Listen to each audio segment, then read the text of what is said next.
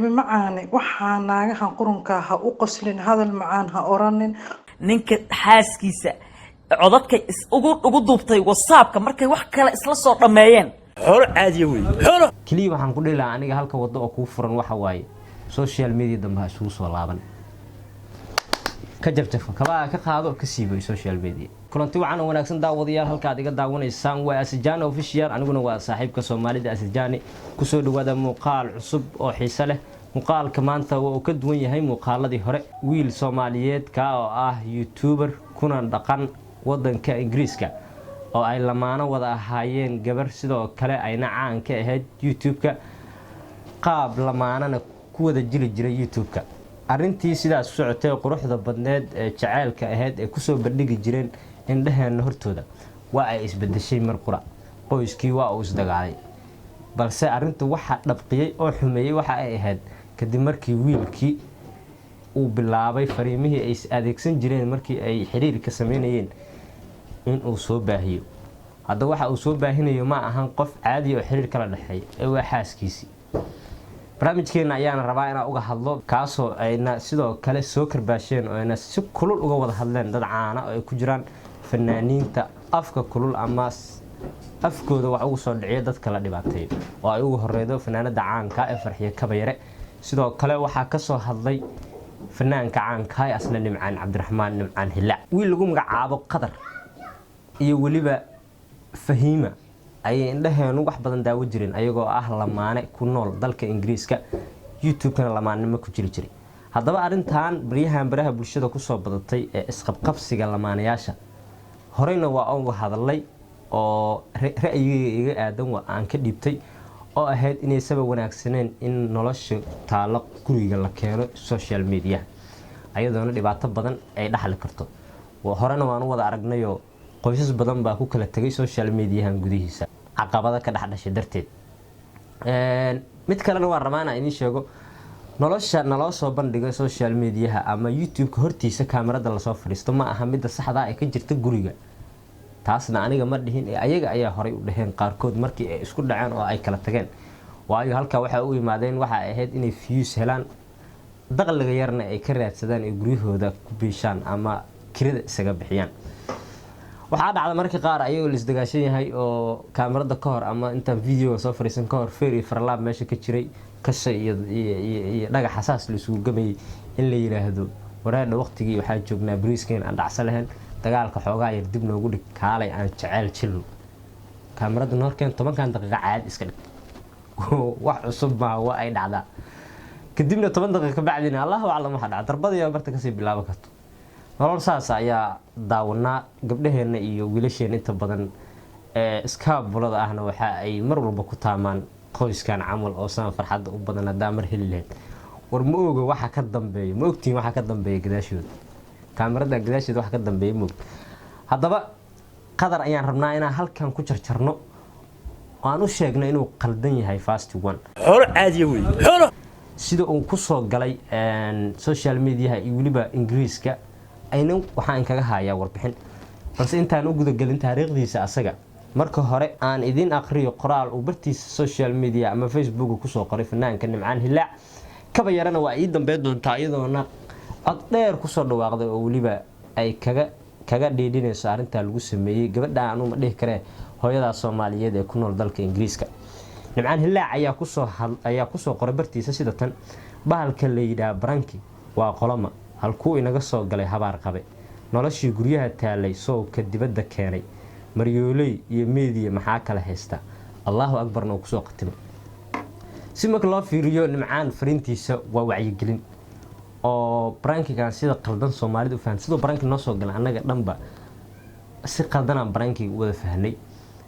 qaar riwaayad ayagoo jilahay riwaayada caadiga ah ee Branki waa lagu leeyahay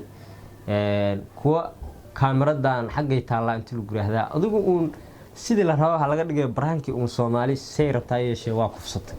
hadii xaqiiqatan laga hadlo sida kale baashaalka maba darneen oo madadaalay noo wada heeday waxay ka dareen markii guriga keeneen Nimcaan fariintiisu waxa ay ku qotantay arintan haysatay gabadhan Fahiima iyo waliba Qadar oo uu leeyahay Soomaali maryoolay noloshii guriyay teela ayaa dibadda keentay caqabadeeda ama ciqaabteeda lagala kulmana waa tan sidaan oo kale hadda qoyskaani Soomaaliyeed isku dhacsan yihiin ayna gaartay doqonnimada ah ninka ragga ah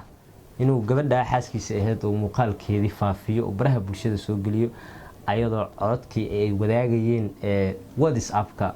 uu la soo hor fariistay baraha bulshada حر عادي وي حر dad badan ayaa jaafiyay comment baa lagu jafay wax walba lagu sameeyay dislike baa la dhacay waana hubaa inuu arintaasi xaqiiqsan doono inay ahayd mid uu ku qaldan yahay uuna ka raali gelin doono gabadhaas ama hooyada Soomaaliyeed ee ku dhaqan dalka Ingiriiska haddaba sidoo kale waxa ka hadlay arintan fanaanada caanka ah Farxiyo Kabayir oo la gambanin inta badan waayahan dambe la yiraahdo waxa ay ku jiiftaa wiilasha oo waxa ay la safan tahay gabdhaha waxaan dhihi karaa aniga maba qaldana waa meel ay ku jiiftay meel kale ma jirto dhibaatada jirta ay ka hadashaa inta badan waxa dhibta loo geysto waayadan dambe waa gabdhaheeni Soomaaliyeed sida daraadeed waa inay u hilisaa maadaama afkeedu uu yahay madfac ka dhacayo madfac sidoo kale marka cod dheer ay ku soo hadashay ila soo daawada waxyaabaha aan idinkugu kacsanahay ee maali ilaahay keeno aan ma aragtay idinkugu dhaganahay wax kale ma aha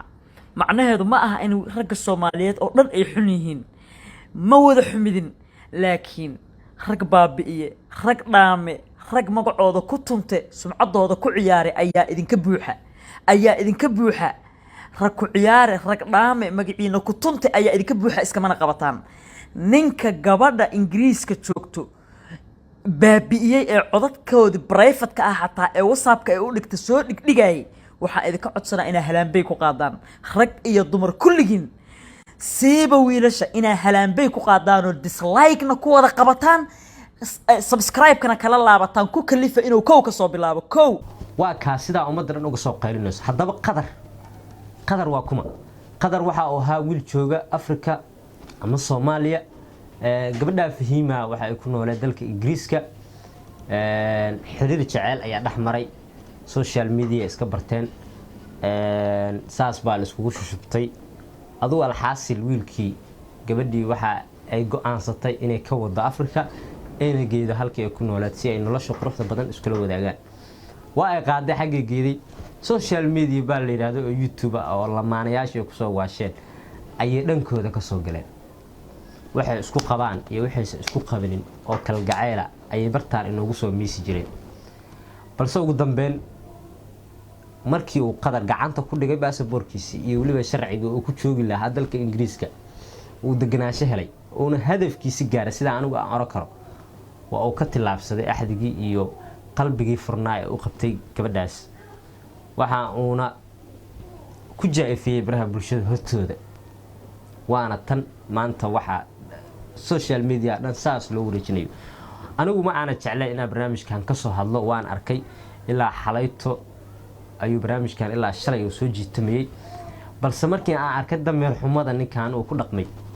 nafta ayaa isii weysay inaan ka aamuso sida daraadeed ayaana igu kaliftay inaan kaamirada soo hor fariisto oo aan runta u sheego warqadana uu nin raga Ilaahay ka dhigay ma ahan inaa u dhaqantay sida hadda u dhaqanto kale waxa waliba aad muuqaalkeeda ama codadkeeda afaafinaysid qof kale ma waa xaskaaga wax laga xumaado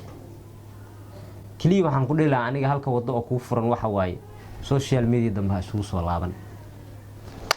ka jabtay kaba ka qaado ka siibay social media sidoo kale waxaan rabaa inaan kaga faa'iideysto barnaamijkan horena aan ugu sheegay dadka lamaanayaasha ah ee YouTube ka dhex jooga fadlan haddaad jooji kartiin inaad YouTube ka lamaannimo ku joogtiin joojiya ama aysan ahayn noloshiina dambe ay saameynaysaa YouTube ka waa bad arrimo badan iyo barnaamijyo badan ayaa looga faa'iideysan karaa oo lacag looga sameyn karaa sida daraadeed dhankaas kala raadiye ee nolosha qoyska yeesan idinka baabi'een lacagta yar ee YouTube ka imaato qoysas badan ayaa ku kala tageen kuwa hadda joogana waxaan jeclahay inay ku cibro qaataan oo ay isweydiiyaan oo ay ajenda ka dejistaan arrimahan dhibaatadan dad bay ku dhacday annagana hadayna qabsato sideen uga xaluulanaa waana filayaa inay fikirkaasi qaadan doonaan oo ay wax ka bedeli doonaan daawada waad ku mahadsan tahay sida aad ii daawatay haddii aad muuqaal ka dhameysatay oo aadan weli janaalka subscribe saaranin fadlan janaalka subscribe ii saar videoga like saar muuqaalka xiga inta ku kulmeen waa saaxiibka Soomaalida Asijani oo idile nooli kulante